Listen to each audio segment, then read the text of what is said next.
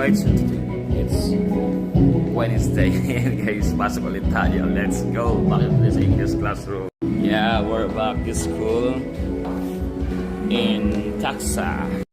Ayan, so pupunta tayo dun sa English classroom guys. Ito yung ating daily vlog.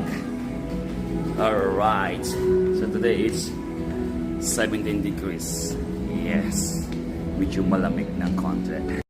As usual, dito ulit tayo guys sa malaking school. Yeah, ayan, dito ulit tayo.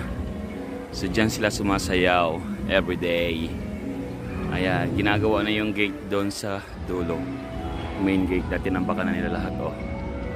Yung kabuhan niya sa 3rd floor, malaki. Parang style barko siya. Alright. So ang ganda ng weather today. Hindi kasi nung mainit. Yeah boy. Ngayon papunta naman tayo dun sa English classroom. Yes. Malapit na tayo. Woo! Lamigis. So dito na tayo sa English classroom guys. And eto, open lang siya. Open. And pasok. Oh! Maganda at naka-arrange na ang mga chair. Buhay natin ang switch sa ilaw. Yan. Yun! Finally, we're here inside the classroom. Okay, so as usual, labas ulit natin yung ating mga kakailanganin. Okay. And yung ating mahiwagang speaker na naman. Alright. And of course, yung ating tablet para sa warm-up song. Automatic siya guys. Automatic may wifi. Ganito kahigpit ang school dito guys.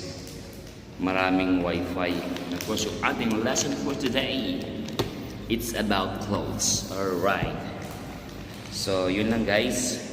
At mamaya, sasayaw na naman sila before mag-start ang klase nila.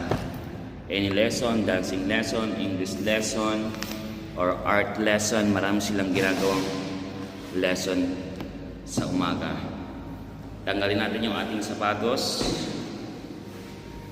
at tayo magpapalit ng slipper kasi malamig yung slipper ang floor. Ito naman yung ating mahiwagang slipper. Purple. Alright, so yun lang guys at mamaya panoorin natin sila kasi sila ay sasayaw na.